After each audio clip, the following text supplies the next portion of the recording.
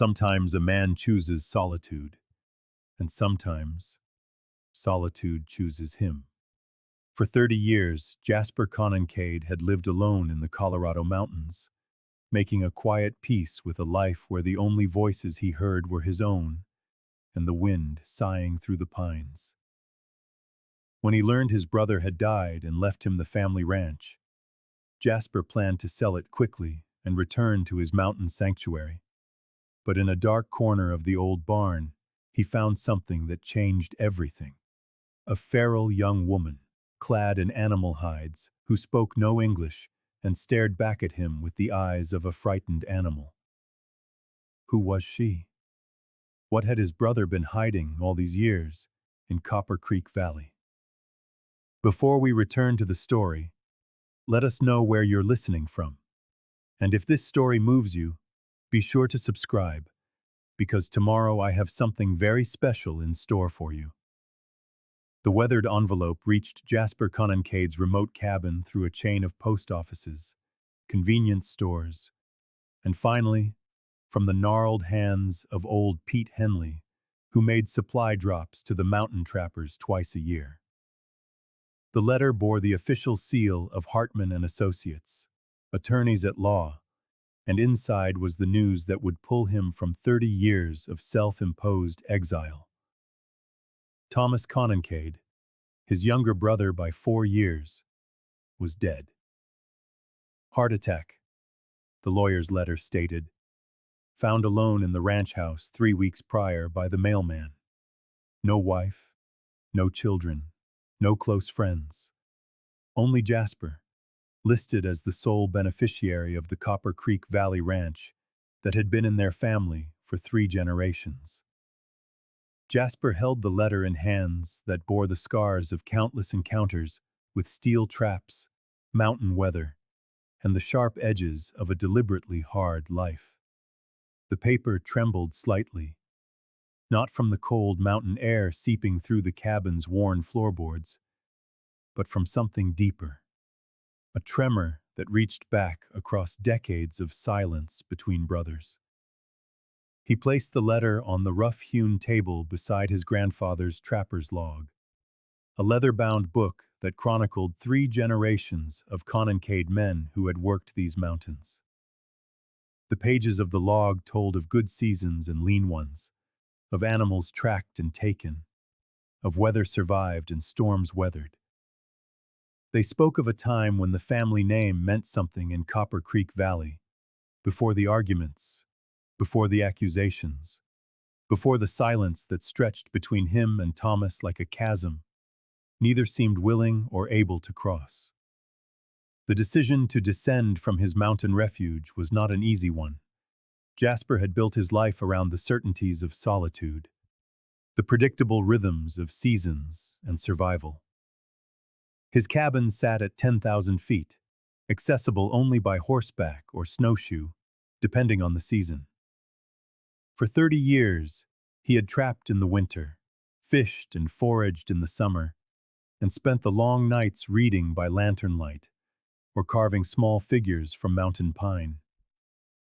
It was a life that demanded nothing of him but competence and endurance, 2 qualities he possessed in abundance. But Thomas was dead, and for all that had separated them, he was still blood. He was still the gap-toothed boy who had followed Jasper through the woods behind their grandfather's farm, eager to learn the art of the snare and the deadfall. Still the younger brother who had looked up to him, unconditionally, until the day it all fell apart.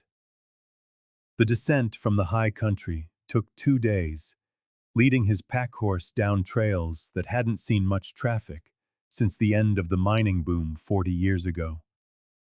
November had painted the aspen groves in shades of gold and rust, and the season's first heavy snow had capped the peaks above him. His horse, a dun gelding named Buck, picked its way carefully down the switchbacks, both of them adjusting to the thicker air and warmer temperatures of the lower elevations. Copper Creek Valley spread out before them as they crested the final ridge, a wide basin of pasture land, bisected by the creek that gave the valley its name, with the small town clustered where the creek met the county road. The ranch lay 3 miles south of town, its weathered buildings and fenced pastures visible even from this distance. Smoke rose from a few chimneys in town, and Jasper could make out the rectangular shapes of the grain elevator, the church steeple, and what looked like several new buildings that hadn't been there when he'd last seen the valley.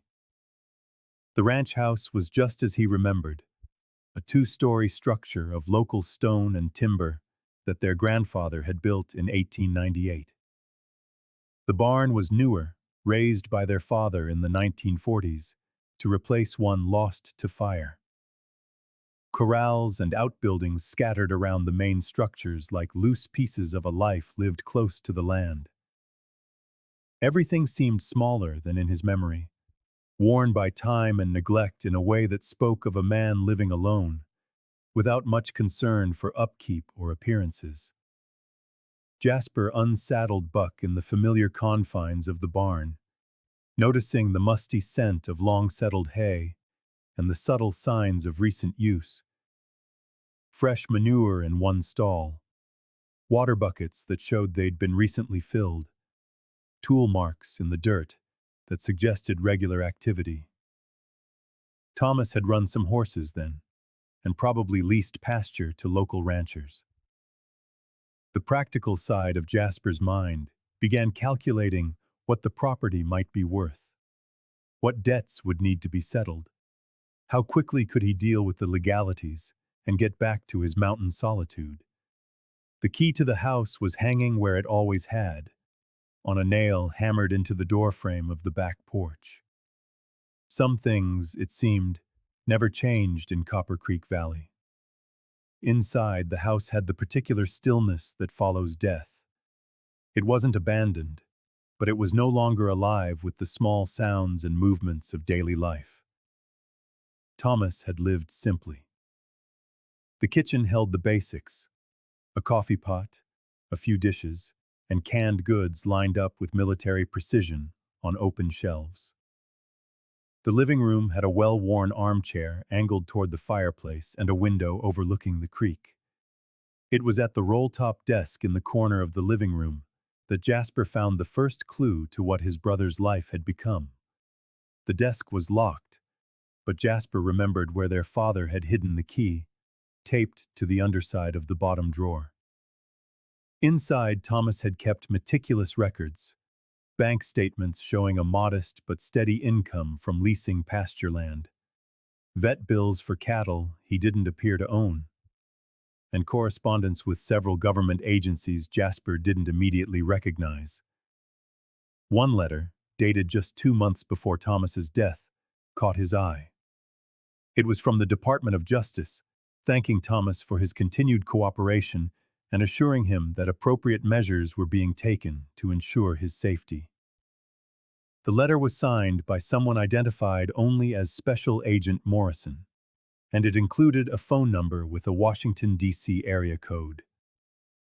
Jasper read the letter twice, trying to reconcile its contents with his memory of Thomas as a simple ranch hand who'd never shown much interest in anything beyond the valley's borders.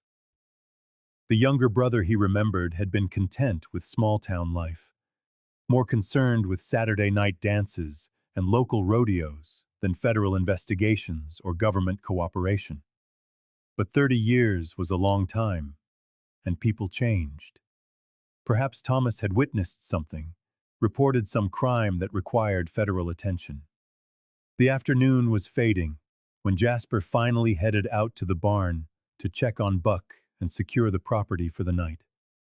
The barn's interior was dark, lit only by the pale November light filtering through cracks in the weathered siding. He was reaching for the light switch when he heard a faint rustling from the far corner, near the hay bales stacked against the back wall. Jasper froze, his hand halfway to the switch. Rats, probably. Or maybe a barn cat Thomas had kept around to control the rodent population. But as his eyes adjusted to the dim light, he saw something that made him hold his breath, a shape too large to be a cat and too mobile to be a farm animal. Someone was huddled in the shadows between the hay bales and the barn wall. He moved slowly, making no sudden movements, the way he would approach a wounded animal in the wild. As he drew closer, the details resolved into something that defied his understanding. A young woman, certainly, but unlike any he had ever encountered. Her hair was long and matted, dark with streaks that could have been dirt or natural coloring. She wore what appeared to be crudely stitched animal hides, deer, rabbit, perhaps a few others he couldn't immediately identify. Her feet were bare, despite the November chill, their soles looking as thick and calloused as leather. But it was her eyes that stopped him. They held the wary flicker of a wild creature, the kind of hyper-vigilant awareness he'd seen in animals that had learned to fear human contact. She watched him with the focused intensity of a predator assessing a threat. Her body was coiled, as if ready to either bolt or fight, depending on his next move. "Easy now," Jasper said softly, in the same tone he'd use on a spooked horse. "I'm not going to hurt you." The sound of his voice caused an immediate reaction. She pressed herself further against the wall, letting out a low, guttural sound that wasn't quite human language, but wasn't animal communication either. It was something in between. A vocalization that expressed fear, warning, and something else. A recognition, perhaps, that this was a human voice, even if the words meant nothing to her. Jasper stood perfectly still, processing what he was seeing. The young woman looked to be in her early 20s, though it was hard to be sure given her condition. She was lean but not starved, suggesting someone who had learned to survive on available resources. Her skin bore the marks of an outdoor life: scratches, calluses, a deep tan that spoke of years spent in the sun and weather. Most unsettling of all was what was around her ankle, almost hidden by the animal hide that served as a crude dress. He could just make out what looked like an old, puckered scar, the kind that might have been left by a shackle or a chain. "Where did you come from?" he asked, knowing she wouldn't understand, but needing to hear his own voice in the strange silence of the barn. "How long have you been here?" She tilted her head at the sound, a gesture eerily reminiscent of a dog trying to comprehend human speech. Her eyes never left his face, and Jasper had the unnerving feeling that while she might not understand his words, she was reading him with an intelligence that human society had not dulled. She was sizing him up, he realized, determining if he represented safety or threat, opportunity or danger. The implications of her presence began to settle in his mind like silt in still water. She had been living here, in Thomas's barn, for who knew how long. The signs of habitation he'd noticed earlier, the fresh water buckets, the disturbed hay, they weren't for livestock. They were for her. Thomas had known she was here. He had been caring for her, hiding her. But from what? Or from whom? As if sensing his thoughts, the young woman made another of those not quite human sounds and shifted her position slightly. The movement revealed more of the makeshift clothing she wore, and Jasper realized with a growing unease that they appeared to be sewn with sinew, the stitches rough but effective.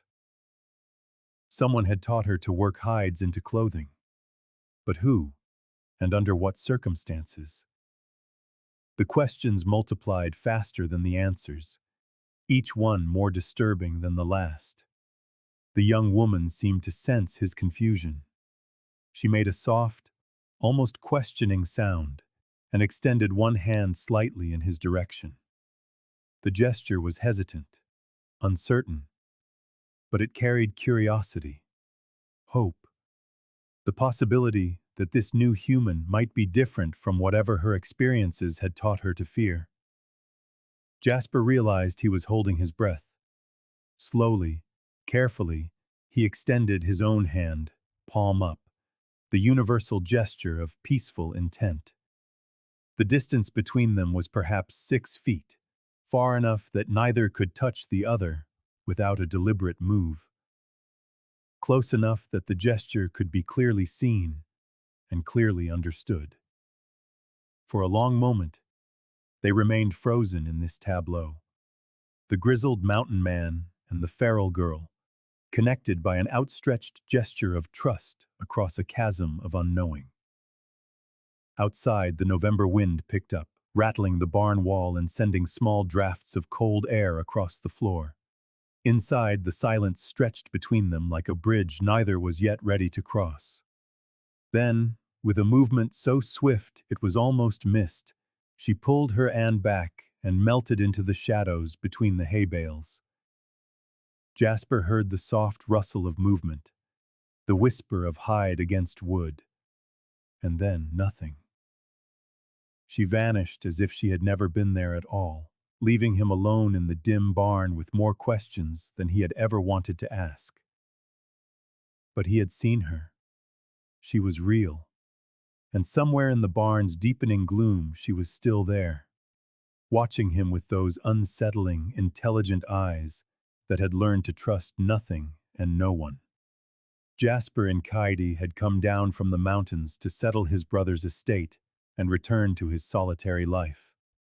Instead, he had inherited a mystery that would challenge everything he thought he knew about his family, his past, and the nature of the choices that define a man's life.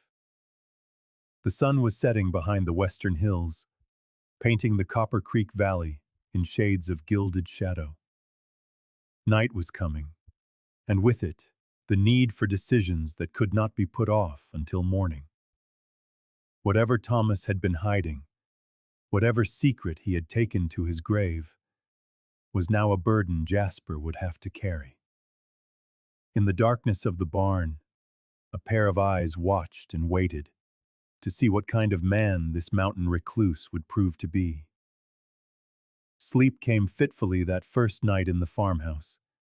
Jasper lay in his old childhood bedroom, staring at the ceiling and listening to the sounds from the barn.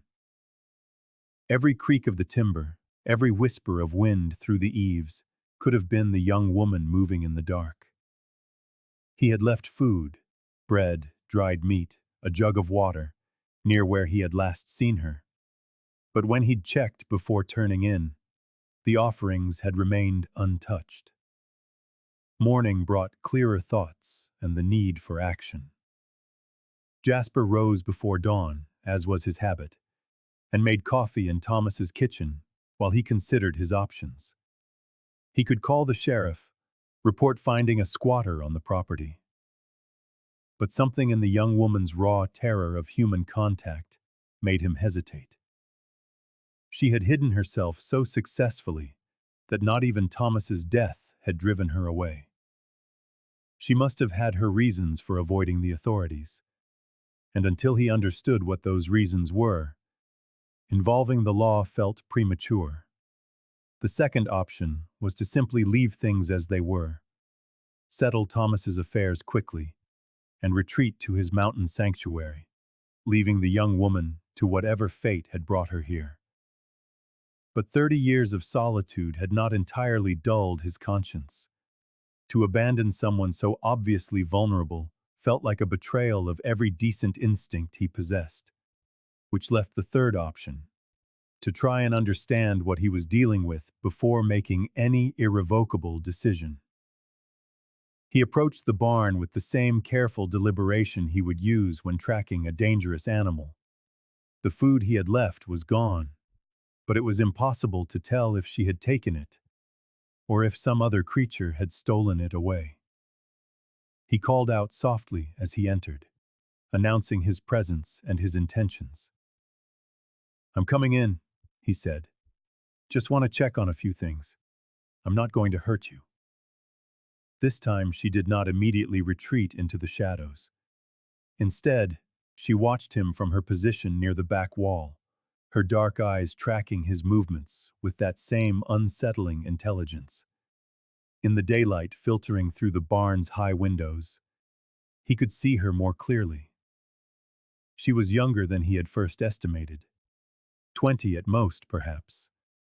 And despite her feral appearance, there was a refinement to her features, a good bone structure that suggested she had not always lived wild.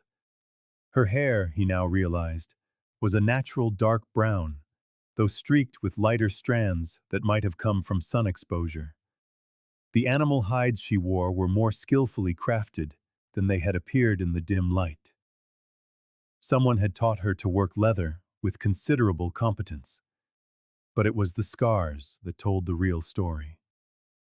In addition to the mark around her ankle, he could see older injuries on her arms and shoulders, the kind of marks that spoke of restraint, of struggle, of years spent in circumstances no human being should have to endure.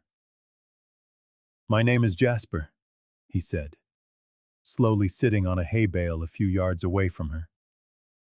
"This was my brother Thomas's place. Did you know Thomas?" At the sound of his brother's name, her reaction was immediate and startling. She made a sound that was almost a word, not quite human language, but clearly an attempt at communication. Her body language shifted, becoming less defensive, though no less wary. "Thomas," Jasper repeated. "You knew him?" This time, the sound she made was an unmistakable affirmative. She nodded her head, a gesture so fundamentally human, it struck him like a physical blow. Whatever had been done to her, whoever had stripped her of language and civilized responses, they had not managed to erase everything that made her human. Jasper spent the next hour carefully observing her, gently trying to communicate. He discovered she responded to her name when he called it, though the name she answered to was nothing more than a series of clicks and soft sounds that no human throat should have been able to reduce. He learned that she understood more than she could express when he pointed to objects and named them. Her eyes followed his movements with comprehension, even if she could not or would not repeat the words. Most importantly, he discovered that his brother had been her caretaker, her provider, and perhaps the only human connection she had known for a very long time. When Jasper showed her the photograph he'd found on Thomas's desk, a family picture from their childhood, she touched the image of his brother with a gentleness that bespoke genuine affection. But it was while searching for more evidence of Thomas's relationship with the young woman that Jasper made the discovery that completely upended his understanding of the situation. Hidden behind a stack of hay bales in the farthest corner of the barn, obscured by shadows and positioned so that a casual glance would never reveal them, was a makeshift couch. Crude iron bars had been welded together and bolted to the barn's stone foundation. The bars formed an enclosure roughly 8 feet square, big enough for a person to lie down, but far too small to offer comfort or dignity. The iron was stained with rust and what might have been blood, and the stone floor inside the enclosure was scratched and gouged, as if by fingernails or perhaps teeth. A bucket sat in one corner, and the lingering smell revealed years of human habitation in the most degrading conditions imaginable. Jasper stared at the crude prison, his mind struggling to process what he was seeing. The bars were solid, professionally installed, suggesting long-term planning rather than a crime of opportunity. This wasn't a temporary holding area. It was a permanent facility designed to contain a human being for a long time. The wear patterns on the bars, the depth of the scratches in the stone, it all suggested years of use. But if this was where the young woman had been kept, why was she now free to move about the barn? Why wasn't she locked away where casual visitors could not discover her existence? The questions multiplied, each one more disturbing than the last.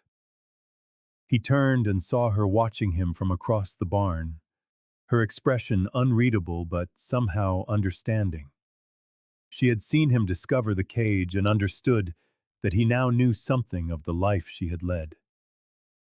For a long moment, they looked at each other across the space that separated them, the mountain man grappling with the implications of what he'd found, and the young woman who had somehow survived whatever horrors the makeshift prison represented.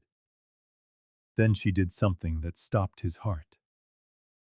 She walked over to the cage and, with movements that spoke of long familiarity, she showed him how the door could be opened from the outside. She showed him the pin that secured the latch, the way the hinges moved, and the specific angle required to close the door securely. Her movements were practiced and automatic, the gestures of someone who had performed these actions countless times. But even more horrifying, she showed him how the cage could be opened from the inside. Hidden beneath what appeared to be a solid piece of stone was a lever that, when pressed in a specific sequence, would release the latch. It was a fail-safe, installed by someone who understood that a completely inescapable prison could result in their occupant's death. Thomas, Jasper realized with dawning horror, had built this cage. Thomas had kept this young woman prisoner. His brother, the gap-toothed boy who had followed him through the woods and looked up to him with unconditional admiration, had become a monster. The young woman seemed to read his thoughts in his expression. She made one of her not quite human sounds, but this time it had a different quality. It was not fear or warning, but something that might have been comfort. She was trying to tell him something, to communicate some essential truth that would make sense of what he had discovered. She approached him slowly, her movements careful and deliberate. When she was close enough to touch, she reached out and laid her scarred hand on his arm. The contact was electric. The first human touch she had voluntarily initiated, offered now in what seemed to be an attempt at reassurance. Then she did something that shattered every assumption he had formed about the situation. She led him to another part of the barn, to a section he had not fully explored, and showed him what Thomas had really been doing. Hidden beneath a pile of old horse blankets was a collection of items that told a very different story. Children's clothes of various sizes, all clean and carefully folded, toiletries and medical supplies, books, elementary school textbooks, children's stories, basic primers on reading and math. And most damning of all, a stack of missing persons flyers, each one showing the photograph of a child who had vanished from communities in the Western Mountains. The young woman selected one flyer from the pile and handed it to him. The photograph showed a dark-haired girl, maybe 8 years old, with the same intelligent eyes that now watched him from a face aged by years of unimaginable hardship. Below the photo, in bold letters, it was printed, Rebecca Shaw, age 8, missing from Denver, Colorado. The date on the flyer was 20 years old. Jasper looked from the picture to the young woman, Rebecca, who had somehow survived 2 decades of captivity, to stand before him now. The implications crashed down on him like an avalanche, each discovery more horrifying than the last. She was 8 years old when she was taken. She had spent more than half her life in that cage, treated like an animal, deprived of human contact and civilization, until she had all but forgotten how to be human. But Thomas had not been her captor. He had been her caretaker. The cage had been built by someone else, someone who had kept her locked away until Thomas, somehow, had gained access to her. The fail-safe, the careful provisions, the evidence of genuine care. Thomas had been trying to help her, not harm her. which raised the most terrifying question of all. Who had built the cage? Who had taken an 8-year-old girl and hidden her away for 20 years? And more urgently, what had happened to that person? Were they still out there? Were they still a threat? Rebecca seemed to understand his confusion. She led him to one last hiding place, a loose board in the barn wall that concealed a small cavity. From inside, she retrieved a single item, a folded piece of paper that looked as if it had been handled many times. It was a note, written in Thomas's careful script. If anything happens to me, take Rebecca and run. They will come for her when they realize I'm gone. Trust no one in town. The sheriff knows. Jasper read the note twice as the puzzle pieces began to form a picture that terrified him. Thomas had been protecting Rebecca from someone, caring for her in secret, preparing for the possibility that he might not survive the dangerous game he was playing. The letter from the Justice Department, the references to cooperation and security measures. Thomas was involved in something far bigger and more dangerous than simply helping one missing child. And now he was dead, leaving Rebecca in the care of a brother who had no idea what was happening. As if to underscore the urgency of the situation, the sound of an approaching vehicle on the farm road carried to them through the barn walls. Jasper moved to the window and saw a sheriff's car pulling into the yard, dust kicking up from its tires in the still morning air. Rebecca had heard it too. Without a word, she melted into the barn's shadows, disappearing so completely that Jasper might have thought he had imagined her entire existence. But the missing persons flyer remained in his hand, a 20-year-old testament to a crime that had apparently been covered up by people in positions of authority. The car door slammed, and Jasper heard boots on the gravel outside. Whoever was arriving had come at the worst possible moment, when he was least prepared to dissemble or deflect questions about what he might have found on his brother's property. He folded the flyer and stuffed it into his jacket pocket, his mind racing for possible explanations for his presence in the barn. But as the footsteps neared the entrance, he realized that explanations might be irrelevant.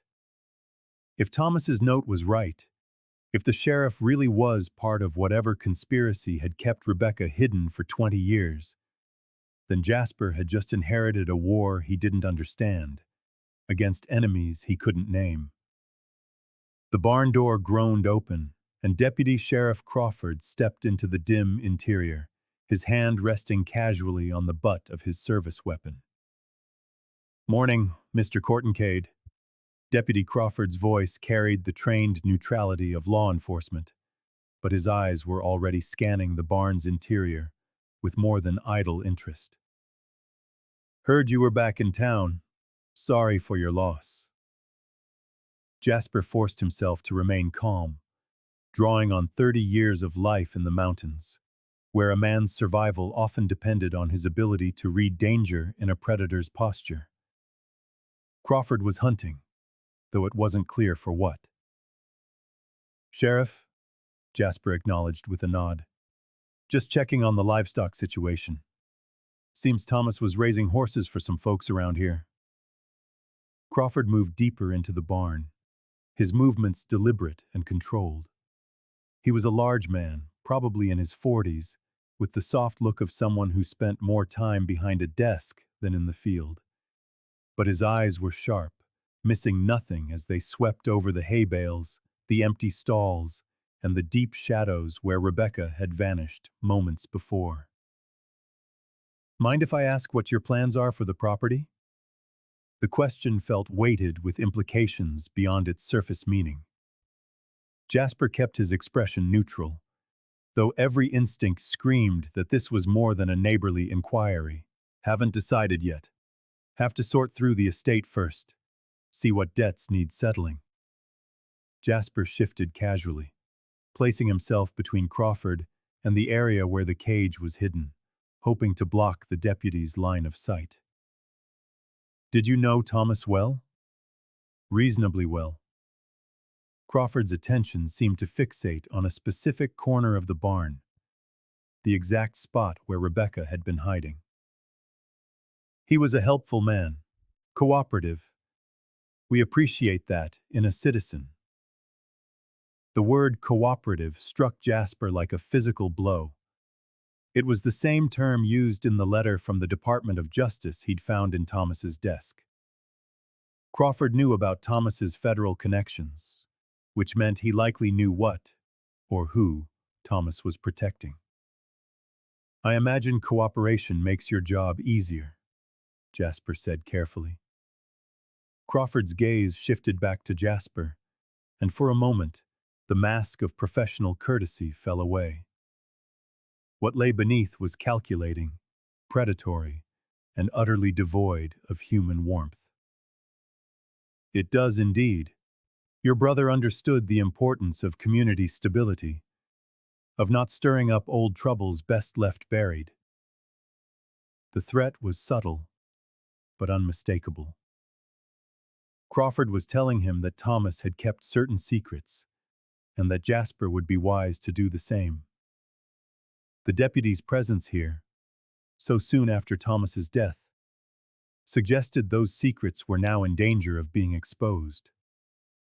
Thomas always was the type to mind his own business, Jasper agreed, hoping to project the image of a man uninterested in complications. Good to know. Crawford relaxed slightly, seemingly satisfied that Jasper understood. Of course, living up in the mountains all those years, I imagine you have the same philosophy. A man learns to keep to himself, not ask too many questions about things that don't concern him. That's true. Jasper let a hint of his mountain accent color his voice, reinforcing the image of a simple hermit who wanted nothing more than to return to his solitary life. I plan to head back as soon as I can get things settled here. Crawford nodded in approval. Probably for the best. The valley's changed some since you've been gone. Not always for the better. Sometimes, old troubles have a way of resurfacing when people start poking around where they shouldn't. The conversation continued for a few more minutes, with Crawford asking seemingly innocent questions about Jasper's plans, all while subtly probing for any sign that he might have discovered something he wasn't supposed to. Jasper answered carefully, maintaining the persona of a disinterested heir who just wanted to finish his business and leave. But all the while his mind raced, processing what Crawford's presence meant. The deputy clearly knew about Rebecca, or at least suspected. His casual mention of old troubles suggested her disappearance 20 years ago was tied to ongoing criminal activity involving local law enforcement. After Crawford finally left, promising to check in periodically, Jasper waited a full hour before he called out to Rebecca. She emerged from the hiding spot she'd found, moving with the fluid grace of someone who had learned to become invisible when necessary. That was smart, he said, though he doubted she understood the specific words. Was he looking for you? Her reply was a series of soft sounds that carried an unmistakable confirmation. She knew Crawford was a threat, and she understood exactly why his presence meant danger. The intelligence in her eyes grew more apparent with every interaction, and Jasper found himself wondering what she might have become if her childhood hadn't been stolen from her. He spent the rest of the morning searching the barn more thoroughly, looking for more evidence of what Thomas had been involved in. Hidden beneath a loose floorboard near the stalls, he found something that made his hands tremble as he examined it. It was a small wooden doll, carved with evident care but a crude skill, suggesting it was made by someone with limited tools. The doll was clearly old, its surface worn smooth by countless hours of being held. It was dressed in tiny scraps of cloth that might have once been colorful, but were now faded to indistinct shades of brown and gray. Most poignantly, it bore the unmistakable marks of being clutched in moments of terror or despair. Tiny grooves in the wood where fingernails had dug in, faint stains that could have been tears. When he showed the doll to Rebecca, her reaction was immediate and devastating. She let out a sound of pure anguish, reaching with trembling hands for the small figure. As she took it, she cradled it to her chest and rocked slightly, making soft, keening sounds that spoke of memories too painful for words. This had been her comfort during the worst of it. Probably her only comfort for years. Someone, perhaps Thomas, perhaps even Rebecca herself, had carved this doll to give an 8-year-old girl something to hold on to in the darkness of that cage. Watching her with the doll, Jasper felt something shift inside his chest, a loosening of the defenses he had maintained for 30 years. He had fled to the mountains after events he preferred not to remember, seeking a life where he would never again be responsible for another person's well-being. But looking at Rebecca now, seeing the woman she had somehow managed to become despite everything, he realized some responsibilities couldn't be escaped. She needed protection, and by chance or by fate, he was the only one in a position to give it. Crawford's visit made it clear that staying in Copper Creek Valley was dangerous for them both, but simply running felt like another form of abandonment. Rebecca had been abandoned enough for one lifetime. That afternoon, he began making practical preparations. He walked the property lines, noting potential escape routes, and took inventory of supplies they might need if they had to leave quickly. His military training, dormant for decades, began to reassert itself. Habits of tactical thinking, situational awareness, and contingency planning that had once kept him alive in hostile territory. But it was Rebecca's gradual emergence from her shell that provided the day's most hopeful moments. As the hours passed and no immediate threat materialized, she began to relax slightly in his presence. She watched him work with open curiosity, occasionally making soft sounds that seemed meant to get his attention. When he responded by naming objects or explaining what he was doing, she listened with an intensity that suggested she was trying to relearn the patterns of human communication. By dusk, she managed her first recognizable word. Jasper, it came out, the emphasis on the wrong syllable. The sound of his name in her voice hit him harder than he'd expected. It was a reminder that beneath the wild exterior was a woman who had never given up on her essential humanity. As darkness fell over Copper Creek Valley, Jasper found himself facing a future far more complicated than the simple estate settlement he had anticipated. Rebecca was real. She was in danger, and now she was his responsibility, whether he had chosen it or not. The mountain hermit, who had come down from his sanctuary to bury the past, was about to discover that some things can't be buried, and some debts can only be paid with a courage he wasn't sure he still possessed. The breakthrough came 3 days later, as Jasper was searching through Thomas's personal effects for anything that might explain his brother's federal connections. Rebecca had grown comfortable enough to venture into the house during the day, though she still retreated to the barn whenever a vehicle approached on the county road. Her presence in the house was almost ghostly. She moved silently, touched things with a careful reverence, and seemed particularly drawn to the photographs that chronicled their family's history. It was Rebecca who found the hidden compartment in Thomas's bedroom closet. She was examining an old family portrait when something about the wall behind it caught her attention. Her fingers, made more sensitive by years of surviving by touch, detected the subtle difference in the wood that signaled a hidden space. Inside the compartment, wrapped in oilcloth, was a folder of documents that shattered Jasper's understanding of everything he thought he knew. The first item was a missing person flyer, its edges worn from handling, showing the photograph of a dark-haired girl with intelligent eyes. But this wasn't Rebecca's flyer. This was for someone else entirely. The girl in the photo was identified as Melissa Torres, age 9, missing from Grand Junction, Colorado. The date on the flyer was 15 years old. Beneath it were more flyers. Sarah Chen, age 7, missing from Durango. Jennifer Valdez, age 8, from Steamboat Springs. Amanda Wright, age 10, from Boulder.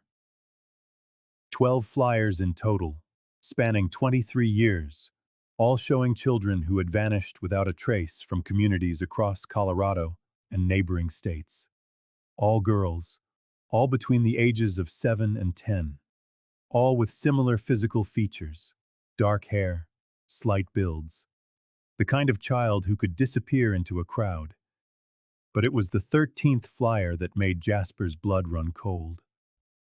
Unlike the others, this one was new, almost pristine. The photo was clearly recent. A school picture of a girl smiling brightly against the stark black and white of the flyer's format. Kate Morrison, age 8, missing from Copper Creek, Colorado. The date on the flyer was only 6 weeks ago. This child had disappeared from their own town, practically in Thomas's backyard, while he was supposedly cooperating with federal authorities. Rebecca's reaction to the flyers was visceral. She made sounds of distress that were almost words, her body radiating an anguish that transcended communication barriers. She touched each photograph with trembling fingers, her eyes reflecting a pain that spoke of personal knowledge, of understanding exactly what had happened to these children, because she had survived it herself. When she reached the flyer for Kate Morrison, she pressed her hand to the picture and made a sound that was unmistakably a name. Not a clear pronunciation, but close enough for Jasper to understand she was trying to say Kate. She knew this child, had seen her, perhaps even tried to help her. The implications were staggering. The network that had taken Rebecca 20 years ago was still active. They were still operating in and around Copper Creek Valley. They had taken Kate Morrison just weeks before Thomas's death. Jasper's train of thought was cut short by Rebecca's sudden tension. She had moved to the window and was peering cautiously through the curtains, her body language screaming alarm. Following her gaze, he saw what had caught her attention. A black SUV with tinted windows, driving slowly down the county road toward the ranch. The vehicle's approach was deliberate, predatory. It slowed as it passed the ranch entrance, the driver clearly studying the property before continuing down the road and disappearing around a bend. But Jasper had seen enough to know this wasn't casual traffic. The SUV had government plates. Rebecca remained at the window for several minutes after the vehicle was gone, her vigilance absolute. When she finally turned to him, her expression carried a message that needed no translation. They were being watched, and the watchers were not friendly. That night, Jasper made a decision that went against every instinct for self-preservation he had cultivated over 30 years. Instead of packing up and fleeing with Rebecca into the relative safety of the high country, he resolved to dig deeper into his brother's secrets. The missing children deserved more than to be forgotten. And Kate Morrison, if she was still alive, deserved to be rescued. He started with Thomas's computer, a machine his brother had apparently used primarily to correspond with federal agencies. The email history unveiled a pattern of communication with someone identified only as A. Morrison, the same surname as the missing girl. The emails were cryptic, filled with references to packages, deliveries, and secure storage. But their tone suggested a relationship built on mutual cooperation, not coercion. One email, dated just 2 weeks before Thomas's death, was more explicit than the others. Package arrived damaged. Need immediate consult on repair protocols. Situation is becoming unstable. Requesting extraction if protocols fail. Another, sent only 3 days before Thomas died, stated, extraction denied. Maintain current position. Additional packages may require storage. Use extreme caution. The final email in the sequence was from A. Morrison to Thomas, sent the day before he died. Package compromised. Burn protocol now authorized. Protect the primary asset at all costs. Jasper read the correspondence 3 times. The pieces of a larger, horrifying picture beginning to lock into place in his mind. Thomas wasn't simply hiding Rebecca from her original captors. He was part of an ongoing federal operation, one intended to expose and dismantle the network responsible for the disappearances. The packages were the missing children, and Thomas's ranch was a safe house, a place where rescued children could be hidden while evidence was gathered against their captors. But something had gone terribly wrong. The operation had been compromised. Thomas was dead, and Kate Morrison was still missing. The primary asset mentioned in the last email had to be Rebecca, the only survivor who could testify about the network's methods and possibly identify its members. That explained why Crawford, and whoever was in the black SUV, were so interested in what Jasper might have found on the property. Rebecca wasn't just a victim. She was a witness to 20 years of systematic child trafficking, and her testimony could bring down people in positions of considerable power and authority. As if to confirm his analysis, Rebecca appeared in the doorway of Thomas's office, moving with the silent grace that had already become familiar. In her hands was something that made Jasper hold his breath, a crude map sketched on what looked like a piece of animal hide, marked with symbols and landmarks that were clearly significant to her. She approached the desk and laid the hide map beside Thomas's computer. Then, she began pointing to various locations marked on its surface. Her vocalizations were more urgent now, carrying an insistence that transcended language barriers. She was trying to tell him something important, something related to the missing children and the network that had held her captive. One symbol appeared repeatedly on the map, a rudimentary drawing that could be a building or a structure, always located near what appeared to be water sources. As Jasper studied the markings more closely, he began to recognize landmarks from the Copper Creek Valley area. The creek itself was clearly depicted, as were several distinct rock formations and what might be the location of the ranch. But there were other sites marked too, places in the valley that Rebecca had somehow discovered during her captivity. Places where other structures might be hidden, where other victims might be held. Rebecca tapped one symbol in particular, pressing her finger into the leather with emphasis. The location appeared to be several miles north of the ranch, in an area of the valley Jasper remembered as being densely wooded and rarely visited. She made her sound for Kate, then tapped the symbol again. The message was unmistakable. Kate Morrison was being held at that location, and Rebecca knew how to find her. But a rescue meant exposing themselves to whoever was watching the ranch, revealing that they knew far more than they should about the network's operations. It meant abandoning the relative safety of the hideout and moving against enemies whose capabilities and resources remained unknown.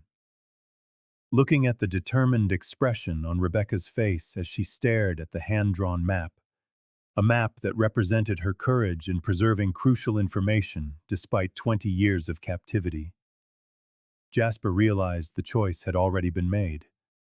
Some things were more important than personal safety, and some debts could only be paid through action. The mountain hermit, who sought only solitude, was about to find out if 30 years of peace had dulled his capacity for war. The search through Thomas's remaining belongings yielded discoveries that painted an increasingly complex picture of his final years. Tucked into a false bottom of his bedroom dresser, beneath layers of neatly folded clothes, Jasper found a collection that sent a chill down his spine. Sheriff's badges from 6 different states, all of them authentic, and showing the patina of regular use. The badges weren't souvenirs or collector's items.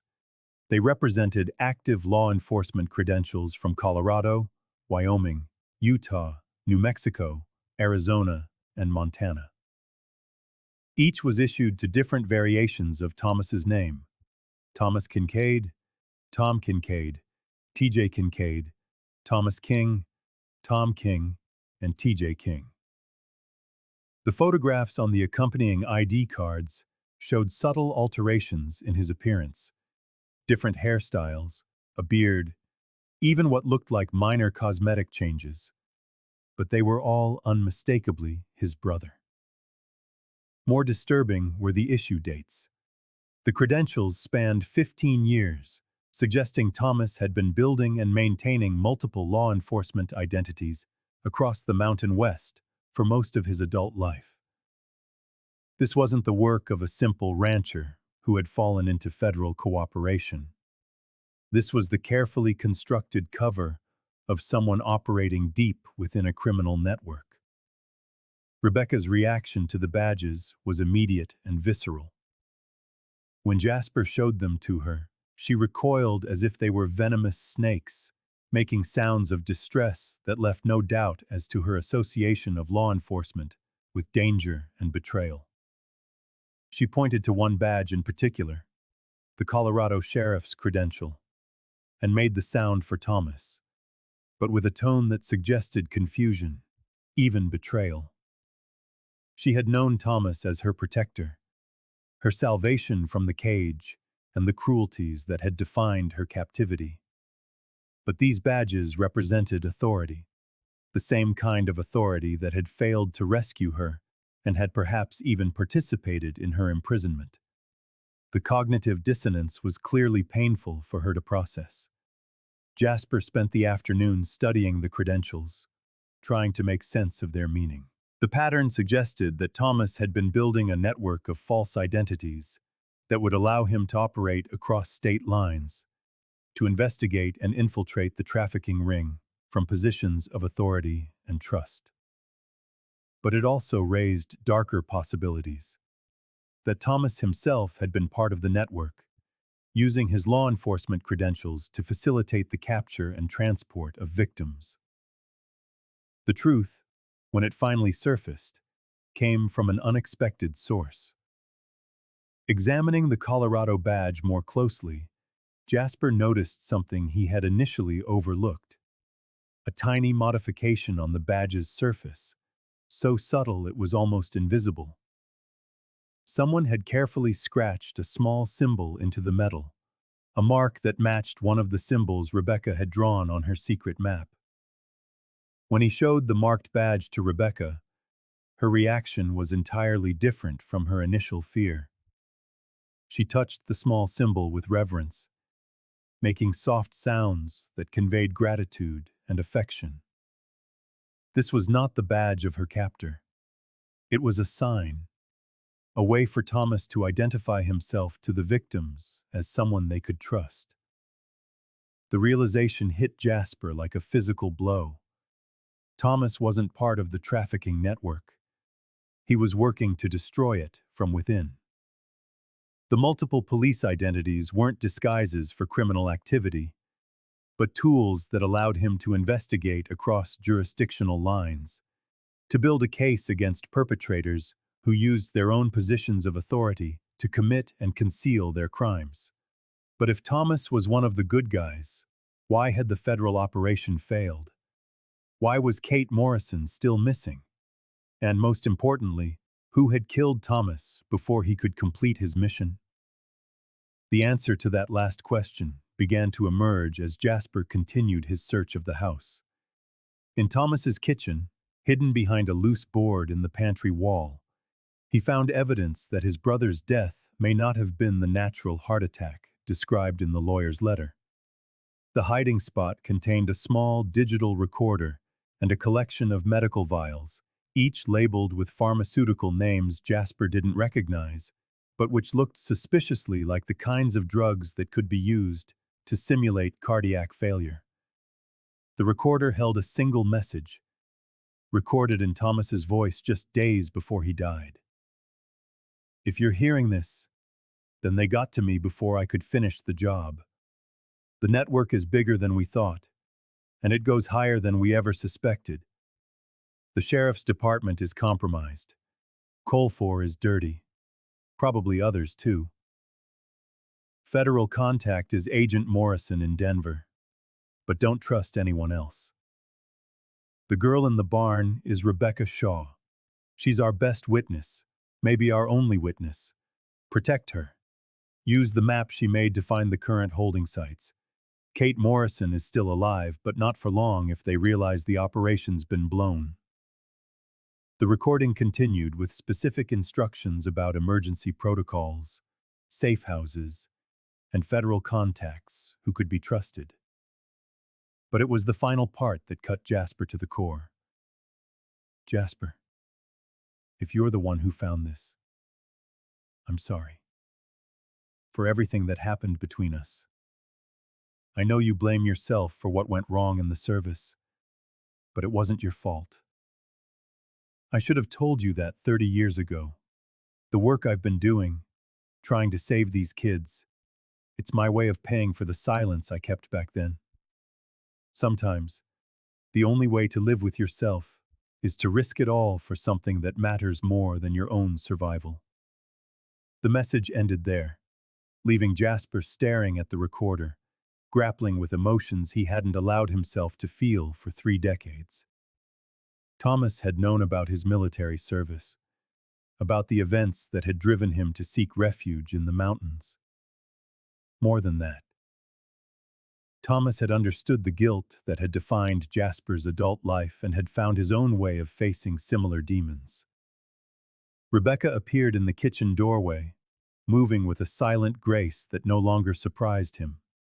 She approached cautiously, her expression questioning, as if she could sense the emotional turmoil the recording had unleashed. When she was close enough, she reached out and touched his arm, the same gesture of comfort she had offered in the barn, but now tinged with something that might have been understanding. "He was trying to save you," Jasper said aloud, though he knew she couldn't understand the specific words. "All of you. And they killed him for it." Rebecca made a soft sound that could have been agreement. Then she moved to the window and peered out cautiously. Her vigilance had become constant over the past few days, and Jasper realized she was likely more attuned to potential threats than he was. 20 years of captivity had honed her survival instincts to a razor's edge. As if to validate her caution, the sound of approaching vehicles reached them through the kitchen walls. But this wasn't the single car or SUV they had grown accustomed to. This was multiple vehicles, moving fast and with purpose. Rebecca's reaction was immediate. She grabbed Jasper's arm and pulled him away from the window, her urgency communicating what words could not. They were in immediate danger, and the time for hiding and investigating was over. Through the kitchen window, Jasper could see clouds of dust rising from the county road. At least 3 vehicles, possibly more, all heading directly for the ranch. The approach was coordinated, aggressive, the kind of movement that suggested people who were tired of surveillance and ready for direct action. Rebecca was already moving toward the back of the house, her movements quick and decisive. She knew something he didn't, had prepared for this possibility in ways his 30 years of mountain living had not taught him to anticipate. As the sound of the engines grew louder, she led him toward what looked like the entrance to a root cellar he hadn't noticed before. Another one of Thomas's secrets. another contingency in a plan that had been years in the making. The first vehicle turned into the ranch driveway just as Rebecca pulled open the hidden cellar door, revealing a narrow staircase descending into darkness. Whatever Thomas had prepared for, whatever final confrontation he had envisioned, the moment had arrived, and Jasper was about to find out if a mountain hermit could become the protector Rebecca desperately needed him to be. The root cellar was far more elaborate than its simple entrance suggested. What appeared to be a basic food storage area was, in fact, a sophisticated safe room, complete with battery-powered lighting, communications equipment, and enough supplies to sustain 2 people for several weeks. More importantly, it connected to a system of tunnels that extended far beyond the foundations of the farmhouse. Rebecca moved through the subterranean space with obvious familiarity. Her hands found switches and supplies in the near darkness, with the confidence of someone who had spent considerable time preparing for this very moment. She led Jasper deeper into the tunnel system, following passages that had been carved out of the natural stone beneath Copper Creek Valley. The tunnels were old, older than the ranch, older than any of the buildings in the valley. Jasper recognized the construction techniques from his knowledge of the region's mining operations. These passages were relics of the Gold Rush era, part of a sprawling labyrinth of exploratory tunnels that honeycombed the valley floor. Thomas had simply adapted the existing infrastructure for his own purposes, creating escape routes and safe houses that most people had long forgotten ever existed. As they moved through the tunnels, Rebecca would stop periodically at seemingly random points, pressing her hand against specific stones in the wall. Each touch revealed another cache, another stash of supplies or equipment that Thomas had seeded throughout the subterranean network. The man had been preparing for this very contingency for years, building a parallel infrastructure that would allow him to continue his operations even if his main base was compromised. One of the caches held something that stopped Jasper cold, a detailed map of the tunnel system, drawn with the same meticulous precision that characterized Rebecca's own secret map. But this version showed far more than just the immediate area around the ranch. The network stretched across the entire valley, connecting to the basements of town buildings, emerging in remote locations miles from any road. And most disturbing of all, it intersected with what appeared to be other subterranean facilities, marked with the same symbols Rebecca had used to denote holding sites. The sheer scope of what Thomas had uncovered was staggering. The trafficking ring wasn't just using isolated buildings or remote locations to hold their victims. They were leveraging the valley's forgotten mining infrastructure, creating a hidden world beneath the surface where children could be held, moved, and transported without any risk of accidental discovery. Rebecca tapped a location on the tunnel map with a particular urgency, catching Katie's eye as she pointed to a passage branching off from their current route. The symbol at that location matched the one she had earlier identified as Katie Morrison's current prison. But according to the map, reaching that site would require traversing several miles of subterranean passages, some of which were marked with warning symbols that suggested structural instability or other hazards. Above them, the sound of heavy footsteps and muffled voices filtered down through the stone and earth. Their pursuers had reached the house and were now conducting a thorough search. Jasper could hear furniture being shoved aside, doors slammed open, and the brusque commands of men who clearly held authority and had no regard for property damage. But it was the conversation that chilled him the most. The voices discussed sanitation protocols and asset recovery, using the same clinical terminology Thomas's federal correspondents had employed. These were not local cops conducting a routine investigation. These were people who knew exactly what they were looking for, and they had the resources to conduct a comprehensive operation. Rebecca tugged at his sleeve, her urgency plain. She wanted to move deeper into the tunnel system, away from the immediate threat above. But Jasper found himself torn between the need to escape and the growing certainty that running would only delay the inevitable confrontation. Katie Morrison was somewhere in this subterranean maze, and every hour of delay lessened the chances of finding her alive. As if reading his thoughts, Rebecca retrieved something from one of the supply caches, a small notebook Thomas had apparently left for this exact situation.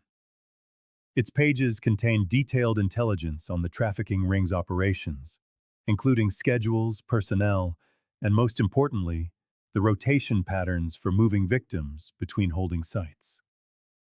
According to Thomas's notes, victims were typically held at any single location for no more than 72 hours before being moved to thwart any potential rescue operations. Katie Morrison had been missing for 6 weeks, meaning she had been shuffled through the network multiple times. But the notes also indicated that the victim's final destination, whether sale to buyers or elimination, if they were deemed a high risk, usually occurred at a central facility that served as the ring's main operations hub. The location of that facility was marked on Thomas's tunnel map, identified by a symbol larger and more elaborate than all the others. It was positioned at the far end of the valley, beneath what appeared to be a mining complex that had been abandoned for decades.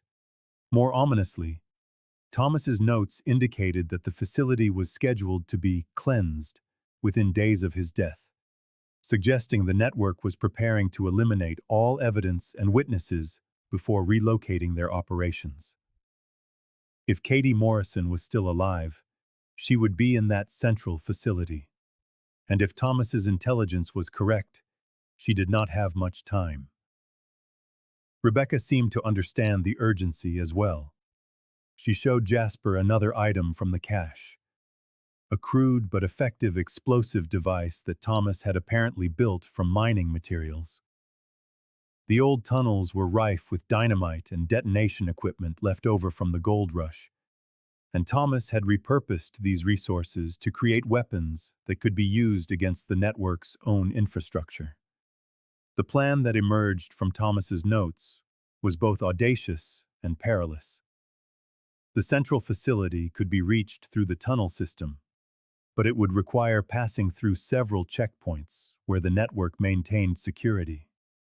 The explosives could be used to create diversions, to collapse passages behind them and prevent pursuit, or, as a last resort, to destroy the facility entirely if a rescue proved impossible. But to attempt the mission meant abandoning any possibility of escape. The tunnel system had multiple exits, but all of them were likely now under surveillance. Once they committed to reaching the central facility, there would be no turning back. Above them, the sounds of the search were becoming more systematic, more thorough. Jasper could hear what sounded like drilling or cutting equipment being brought in, suggesting their pursuers either knew about the subterranean network or were prepared to create their own access points. Rebecca touched his arm and pointed to a specific passage on the tunnel map, the route that led to the central facility. Her expression held a question that transcended the barriers of language. Was he willing to risk everything for a child he had never met? Based on the intelligence of a dead man and the guidance of a woman who had spent 20 years learning to survive in a world most people couldn't even imagine. The answer came from a place deeper than rational calculation. 30 years ago, Jasper had failed to protect the people who depended on him, and that failure had driven him into a life of solitude. But solitude was just another form of surrender, and some failures could only be redeemed through action. He took the explosive device and nodded to Rebecca. Whatever lay ahead in the darkness of the tunnel system, whatever dangers awaited them at the central facility, they would face them together. The mountain hermit was about to find out if the skills that had kept him alive in the wilderness could help him in a war against an enemy that had turned the very earth into a prison for the innocent. The journey through the tunnel system took 3 hours, following passages that seemed to descend ever deeper into the earth with each passing mile. Rebecca moved with the sure-footed confidence of someone who had walked these routes before, while Jasper struggled to reconcile the sophisticated infrastructure they encountered with his understanding of the valley's history. These were not simple mining tunnels. Someone had invested considerable time and resources into expanding and modernizing the subterranean network, installing electrical systems, ventilation, and communication lines that suggested ongoing, professional use. The trafficking ring had essentially created a parallel world beneath Copper Creek Valley, complete with storage facilities, holding areas, and transportation corridors that could move people and cargo throughout the region without any surface detection. It was at the third checkpoint, a junction where several passages converged, that Rebecca led him to a hidden alcove that would forever change his understanding of what they were up against.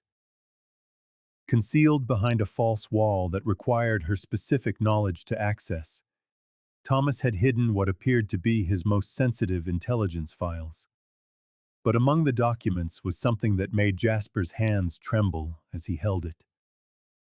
A military dog tag, stamped with his own name, rank, and service number. The metal was tarnished with age, and the chain was broken, as if it had been violently ripped away. He hadn't seen this particular tag in 30 years. He hadn't even realized it was missing until this very moment. "Where did Thomas get this?" he whispered, though Rebecca could not understand the question. The answer lay in the files Thomas had hidden with it. Page after page of military records, psychiatric evaluations, and classified documents related to Operation Blackwater, a mission Jasper had spent 3 decades trying to forget. But these weren't just his records. Thomas had somehow acquired the documentation true on the entire operation, including details that were far above Jasper's security clearance. Operation Blackwater had been a joint military-civilian task force created to combat human trafficking in Southeast Asia during the final years of the Vietnam conflict. Jasper's unit had been assigned to provide security and tactical support for raids on facilities where American POWs and local civilians were being held for sale to various criminal organizations. But the operation had been compromised from the beginning. Someone with high-level access was feeding intelligence to the trafficking networks, allowing them to anticipate their raids. What should have been rescue missions had become elaborate ambushes, and Jasper's unit had walked into one trap after another, losing good men while the traffickers they hunted remained safely beyond their reach. The final mission had been the worst. Intelligence had pointed to a major facility holding dozens of American POWs just across the Cambodian border. Jasper's team was tasked with providing security for a rescue operation that was supposed to be the culmination of months of careful planning. Instead, they had found an empty facility and a company of North Vietnamese regulars waiting in ambush. Half of Jasper's unit died in the first few minutes of the firefight, and the survivors were forced to retreat, leaving behind wounded men who were captured and never seen again. The failure had brought an end to Operation Blackwater and left Jasper with a guilt that had scarred the rest of his life. But Thomas's files revealed something Jasper had never known, something that recontextualized everything he believed about that final mission. The intelligence failure had not been an accident or the result of enemy counterintelligence. The operation had been deliberately sabotaged by someone within the American command structure, someone who was being paid by the same trafficking networks they were supposed to be dismantling. More chillingly, The files showed that the failure of Operation Blackwater had not ended the trafficking networks. It had simply allowed them to relocate and expand their operations.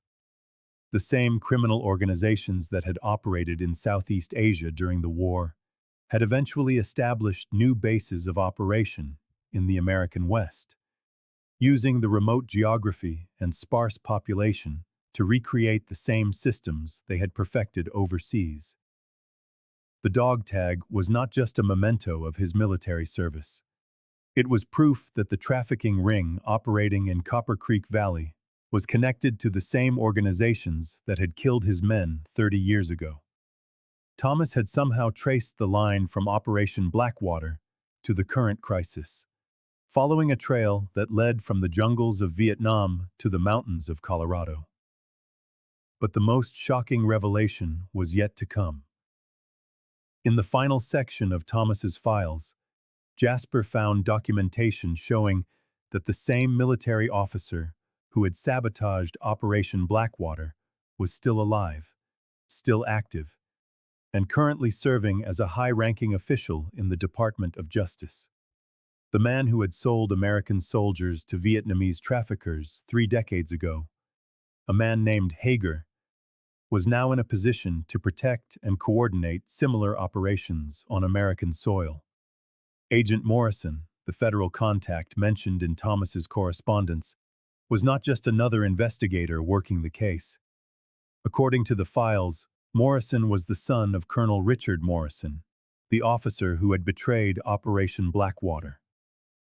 The current investigation was not an attempt to dismantle the trafficking ring. It was a carefully orchestrated effort to eliminate witnesses and evidence before the network relocated to avoid exposure.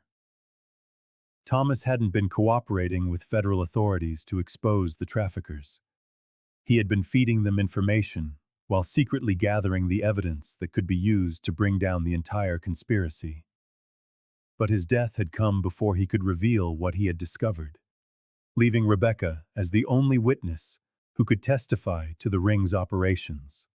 Rebecca seemed to sense the emotional impact of his discoveries. She approached him cautiously, making soft, comforting sounds as she watched his face with those intelligent eyes that missed nothing. When she reached out to touch the dog tag in his hands, her expression showed recognition, not of the specific object, but of the pain its presence represented. She had known this moment would come, understood that his investigation into Thomas's secrets would eventually lead to painful truths about his own past. In her own way, she had been preparing him for this revelation, helping him build the emotional strength to face not just the present danger, but the guilt and trauma that had shaped his adult life. "He knew," Jasper said aloud, the words echoing in the tunnel's silence. "Thomas knew about Blackwater. He knew about Morrison. He knew that everything I've been blaming myself for was caused by someone else's betrayal." Rebecca made a sound that was almost human speech, a vocalization that carried tones of agreement and understanding. She had spent 20 years surviving in a world where betrayal was a constant and trust was a liability. But she had also learned to recognize the difference between those who caused harm and those who suffered from it.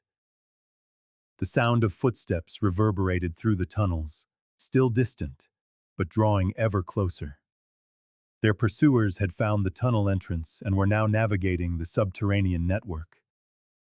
The time for revelations and reflection was over. The moment to act was upon them.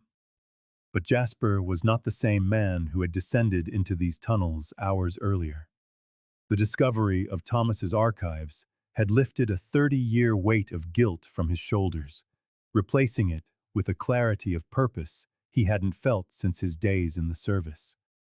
The enemy he now faced was the same one that had killed his men in Vietnam, that had betrayed the American military for profit, and that continued to profit from human suffering decades later. With swift, efficient movements, Rebecca collected Thomas's files and the explosives. she understood that their mission had taken on new dimensions. Rescuing Kate and Morrison was now part of a larger confrontation with forces that had operated in the shadows for decades. As they prepared to press on toward the central facility, Jasper realized his brother's greatest gift hadn't been the intelligence files, the escape routes, or even the weapons Thomas had left behind. His greatest gift had been the truth. The knowledge that some failures were not failures at all, but the inevitable result of fighting an enemy willing to sacrifice anything and anyone for gain. The mountain hermit, who had spent 30 years running from his past, was about to confront the very people who had created it. This time he would fight not as a naive soldier following corrupt orders, but as a man who understood exactly what he was up against. As they neared the end of the tunnel, the central facility gradually came into view. What had once been a legitimate mining operation had been transformed into something far more sinister. A sophisticated subterranean complex that blended industrial mining infrastructure with the security features of a military installation. The tunnel system terminated at a heavy steel door, which showed signs of recent installation and maintenance. Rebecca approached it with an obvious familiarity. Her fingers found a hidden panel, revealing an electronic lock system. But instead of trying to access the lock, she led Jasper to another nearby cache. This final stash contained Thomas's most sophisticated equipment: night vision goggles, tactical communication gear, and most importantly, a small device that appeared to be some kind of electronic warfare tool. According to the brief instructions Thomas had left with it, the device could disrupt the facility's security systems for approximately 15 minutes, long enough to infiltrate the complex and locate any prisoners held inside. But it was the last item in the cache that provided the most crucial intelligence. Thomas's emergency radio transmitter, a military communications device that had been modified to connect directly with federal law enforcement agencies. The device contained recorded messages Thomas had prepared but never had the chance to send, including detailed information on the trafficking network and specific evidence of Agent Morrison's corruption. Jasper activated the transmitter and listened to his brother's final intelligence briefing. Thomas's voice was calm and professional, but beneath the military precision was an urgency that betrayed a man who knew he was running out of time. "This is Agent Thomas Conincaid, Federal Identification 77492 Alpha.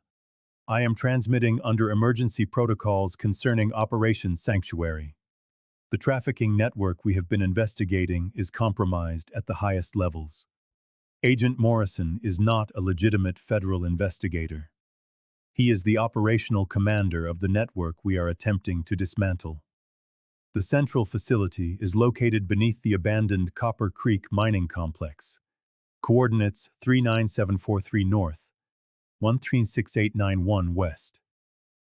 Current intelligence indicates 17 victims are being held at this location, including the recent acquisition, Kate Morrison, age 8, abducted from Copper Creek 6 weeks ago. Security protocols are extensive. Motion sensors, electronic locks, armed guards on 12-hour shifts.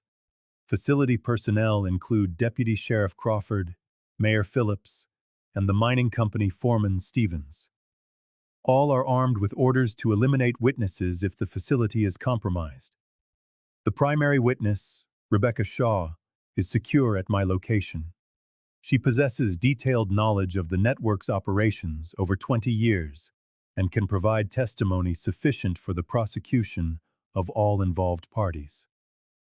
Protect her at all costs. If you are receiving this transmission, it is likely that I am dead or compromised.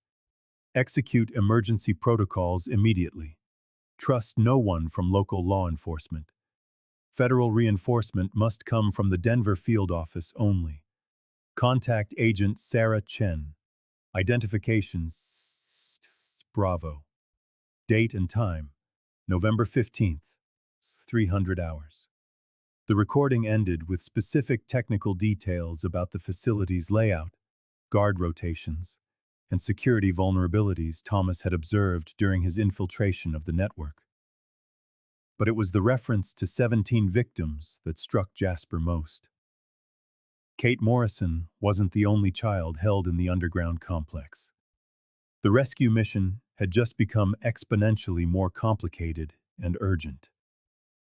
Rebecca listened intently to the recorded message, and though she couldn't understand the specific words, she clearly recognized the tone and urgency.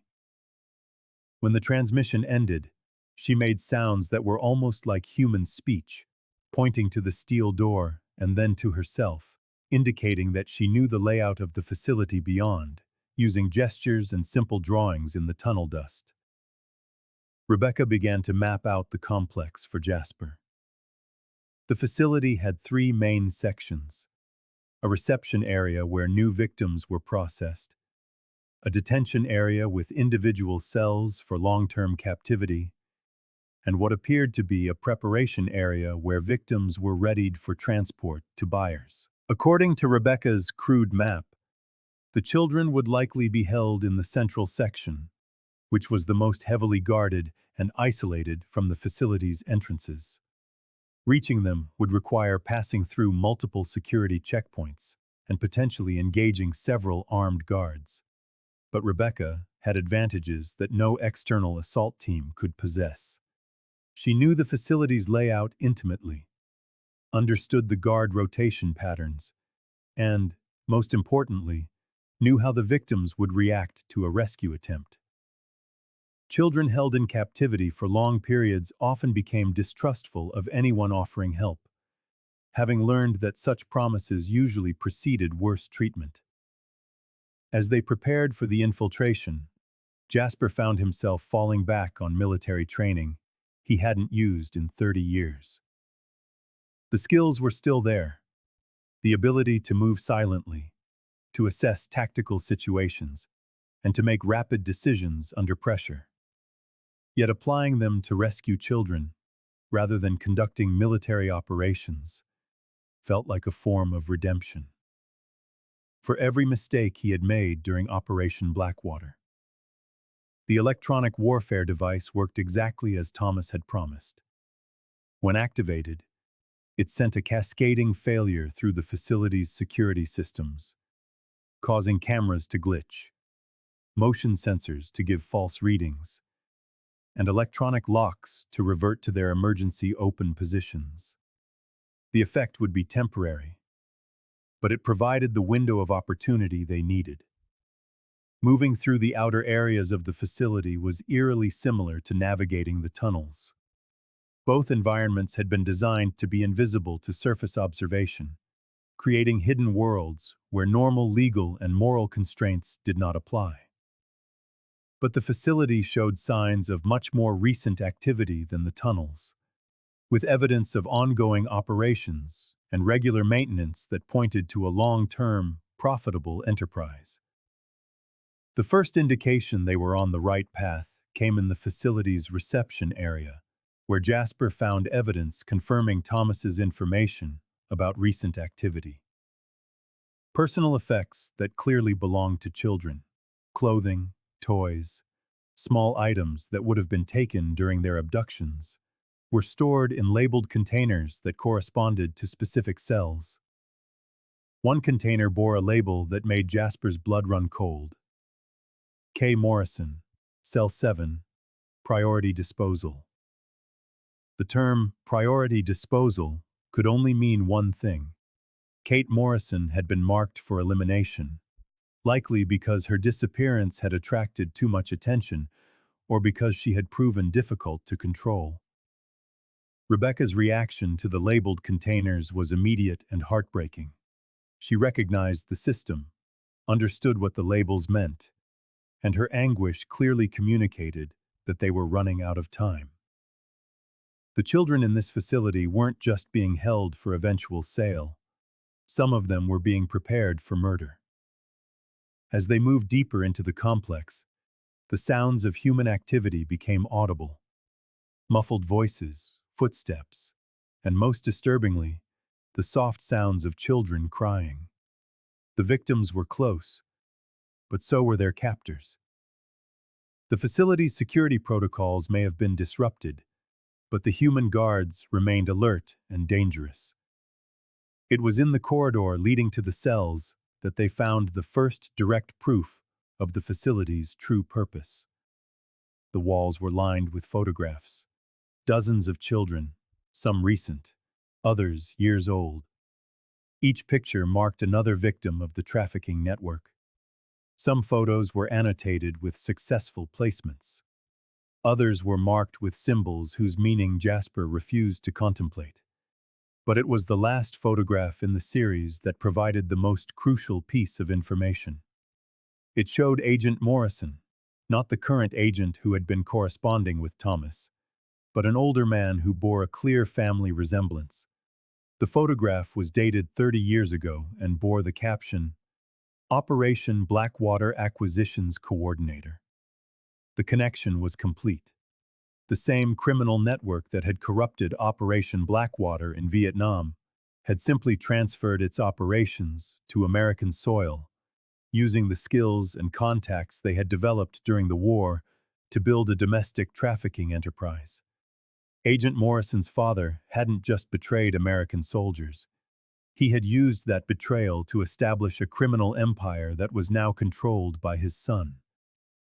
Rebecca touched Jasper's arm, pointing down a specific corridor that led deeper into the facility. According to her gestures, the detention cells were just ahead, along with the guards who would fight to prevent any rescue attempt. But they had come too far to turn back. Now, Kate Morrison and 16 other children depended on them. Failure would mean not only the deaths of innocent victims, but the continuation of a network that had been destroying lives for decades.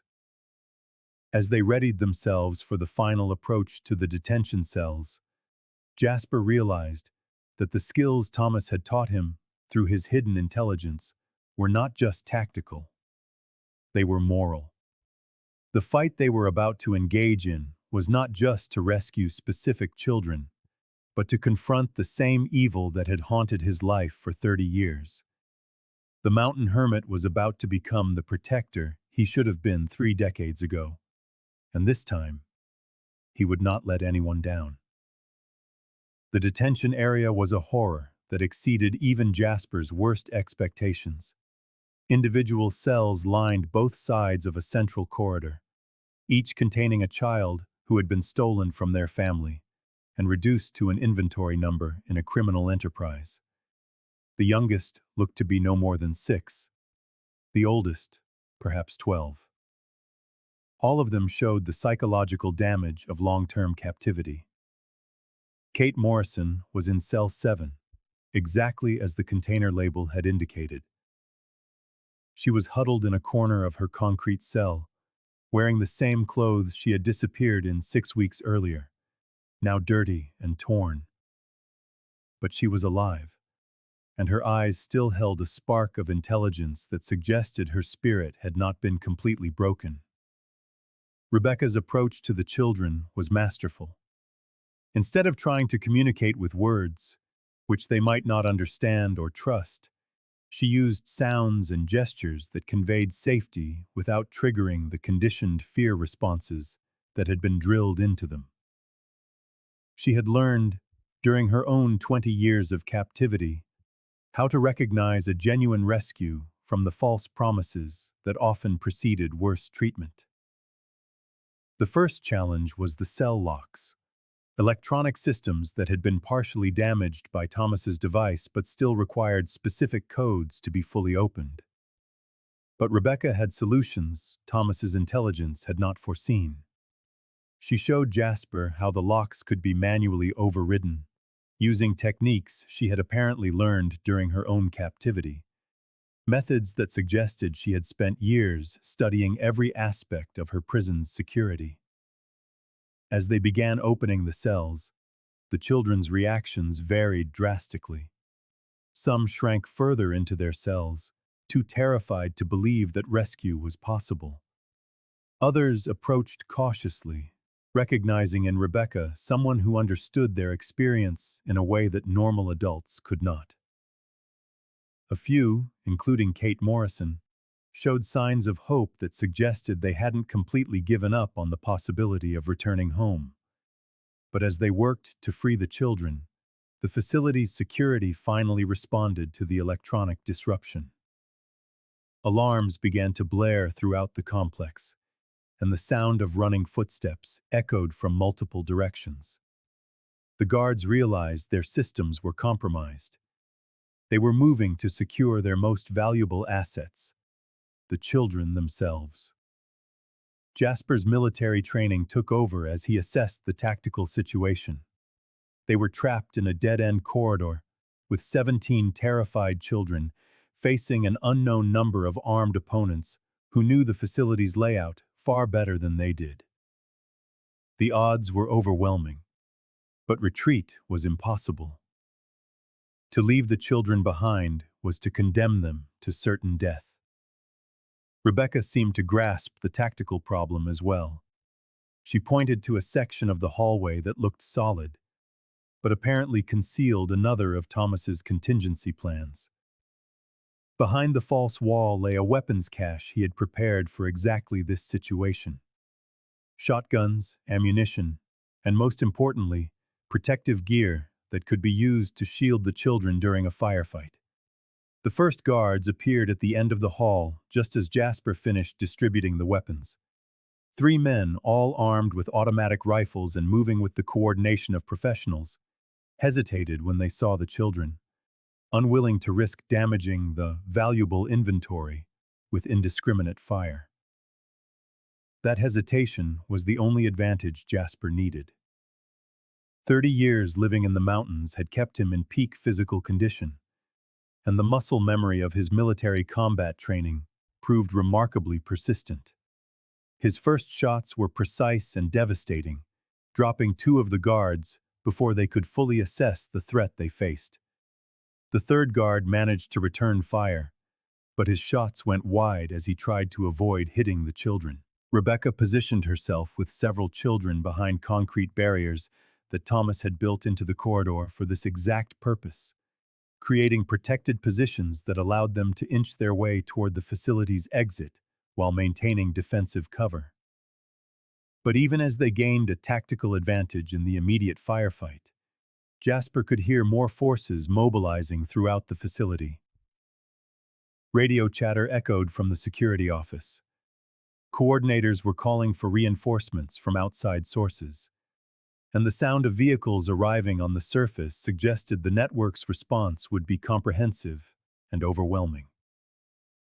Kate Morrison had found enough courage to help the other children, translating Jasper's instructions into terms they could understand and offering the kind of reassurance that only another victim could provide.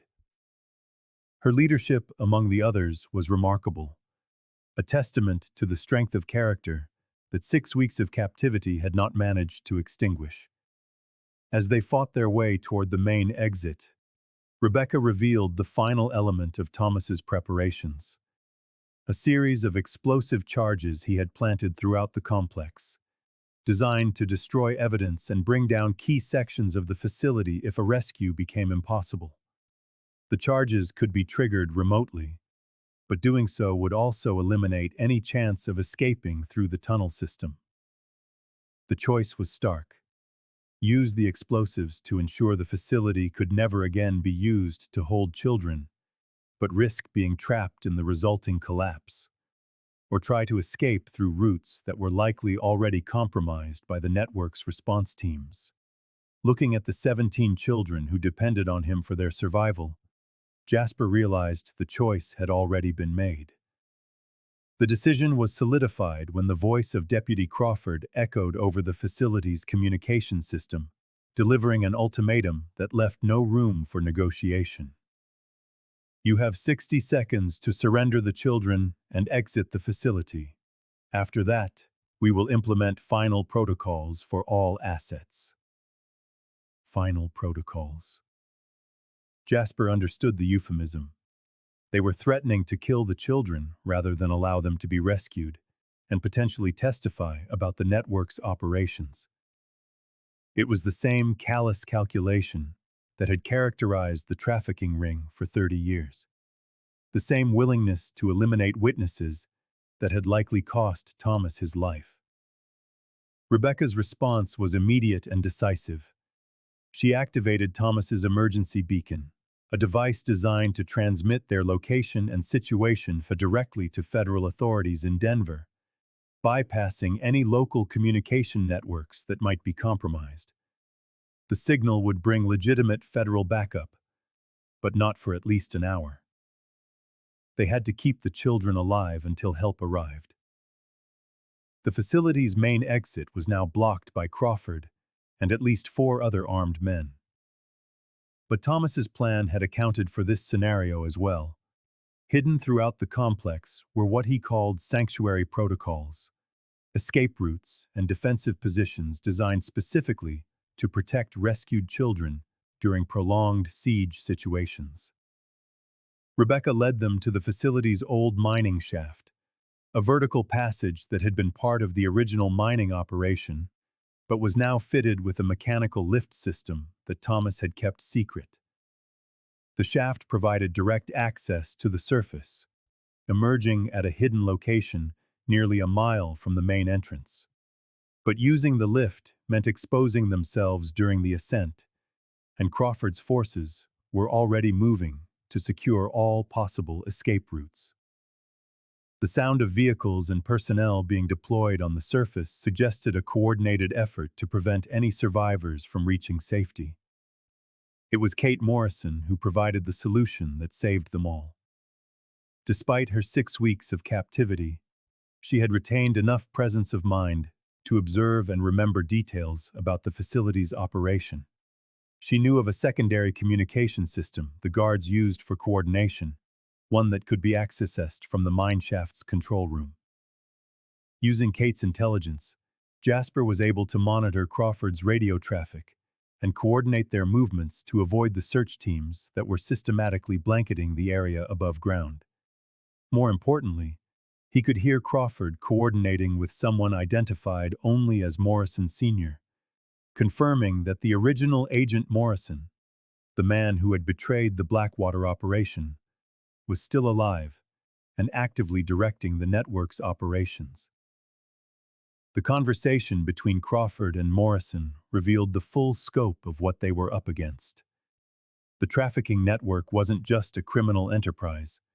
It was a multi-generational operation that had been perfecting its methods for decades. The children they were rescuing represented only a tiny fraction of the victims who had been processed through facilities like this over the years. But it also revealed something else.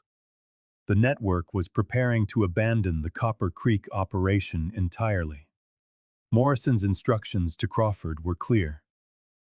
Eliminate all witnesses, destroy all evidence, and transfer operations to a backup facility in another state. The rescue mission had not only saved 17 children, it had dismantled a major trafficking hub that could have operated undetected for years to come. Rebecca's role in the final escape was crucial. Her knowledge of the valley's geography, gained over 20 years of captivity and careful observation, allowed her to guide them through terrain that avoided the search teams while keeping them within range of the emergency beacon's signal. She became, in effect, their tactical navigator through a landscape she knew better than their pursuers. The moment federal backup finally arrived was marked by the distinctive sound of helicopters approaching from multiple directions. But these weren't local aircraft. They were military choppers, suggesting that Thomas's emergency protocols had triggered a response that went beyond standard law enforcement procedures.